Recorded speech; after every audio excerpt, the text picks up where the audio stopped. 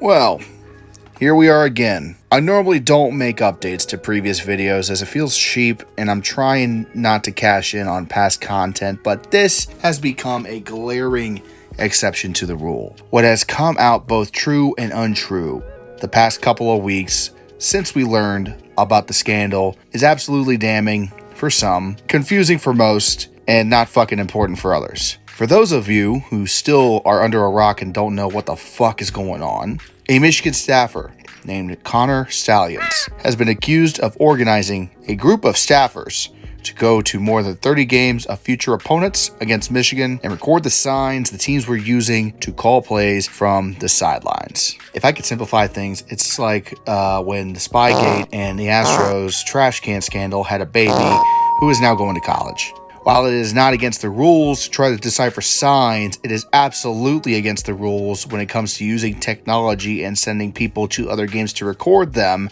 in order to steal those signs. Let me be clear again, what Michigan is accused of here is indeed serious and also, just as a fan, is grossly disrespectful to the game. Those that say that this is not a big deal either are just trying to hide the actions that they committed themselves or are not in line with reality. This is a problem that could easily be fixed with radios and helmets, but I already talked about that before. So let's get on with the current updates. One thing I mentioned in my first video is there was a very limited amount of evidence, because there was none. Since then, things have heated up. We have teams from the Big Ten coming to the commissioner with video showing Connor Stalions in the stands at their games with Michigan not there, taking video, as well as receipts showing tickets that he purchased. We now know that before the scandal broke, he had bought tickets to the game between Ohio State and Penn State a couple weeks back, which means this was probably occurring this season as well. We are fairly certain that coaches on the primary coaching staff for Jim Harbaugh were probably aware of this, and recently some video has leaked out showing Stalions talking to Harbaugh during a game while he pointed at opposing team from the sidelines. Just one teensy tiny little problem.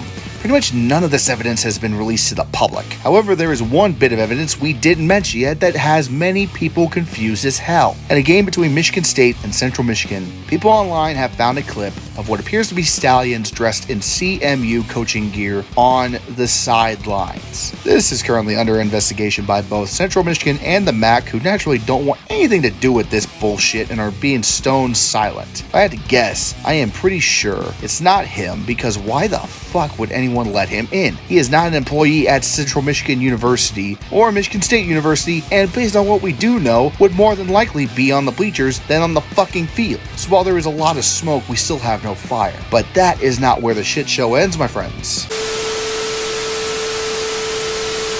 Loose lips sink ships, as they say.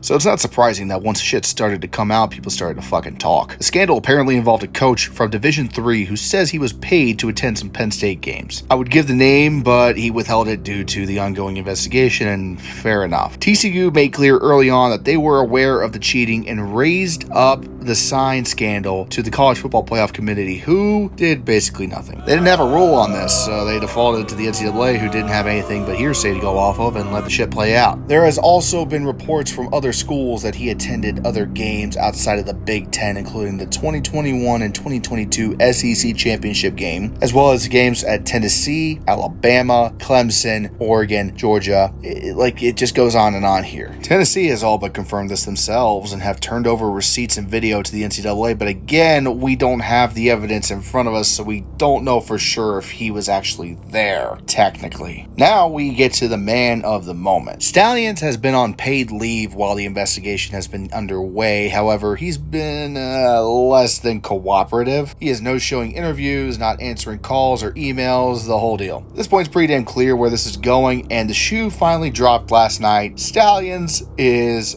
gone. Get the fuck out of here!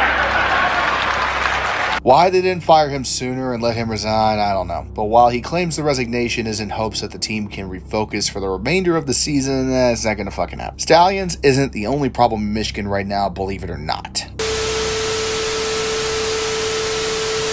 If Jim Harbaugh, with the sign stealing scandal and his own ongoing recruitment violations, don't lead him to resign and flee for the NFL, I'll be completely stunned. Only reason he is not leaving right now is because Michigan is on the best run it has had in over a decade. Some say I'm being biased because I'm an Ohio State fan here, but it's just reading the writing on the wall at this point. Coaches in college football have resigned with less controversy in front of them than Harbaugh, and he is no exception. He will finish the season, lead them to the playoffs, and then get out of town the second it's over. The Raiders will be calling his ass the first moment he's out of there and pay whatever the hell he wants as compensation. Finally, I'm going to trash sports media itself for a moment here. While I do not believe they are the reason for this being a scandal, the massive amount of rumors, false reports, and the desire to have those involved convicted before the damn investigation is over is an absolute disgrace. While it's likely based on what coaches are saying from other teams that Stallions did this, the calls for punishment this season are absolutely insane. Majority of those feeding the rumor mill are doing it for clicks and views, and I'm already over it. It's why I've left certain rumors and shit out of this video. In a scandal that has not produced a shred of hard evidence and is pretty much all hearsay to the outside observer, I'm not going to fan the flames of burning the program to the ground and stay to the facts as best as I can. If I become only a megaphone for bullshit rumors, I have no purpose on this channel whatsoever. This is going to be the last time I talk about this fucking program for a while, man. Like, I'm not even kidding about that when I say this. Personalities on TV calling for punishment have no power over the investigations, and the NCAA will announce their findings in due course, which means buckle the fuck up and wait. The others, I expect anything to be announced this next year. Until then, it is obvious that Michigan staff is no longer committing these offenses, and teams that they have spied on have certainly changed up the signs. So let the damn games happen for fuck's sake, and let's at least finish this fucking season. Because I am so sick of every fucking day seeing a new breaking news quote-unquote story about the Michigan football program being absolutely tarnished. And that's coming from a Buckeye fan. So you know this is pretty goddamn silly at this point. The color sequence, that's a heck of a prism right there, isn't it? Well, they do that obviously, and they switch up every quarter. Who's signaling in to wins it? You think they battle about which color they can wear during the day? It's just weird, isn't it, to see like Rutgers with a yellow? Yes. Right? Or Rutgers with a green.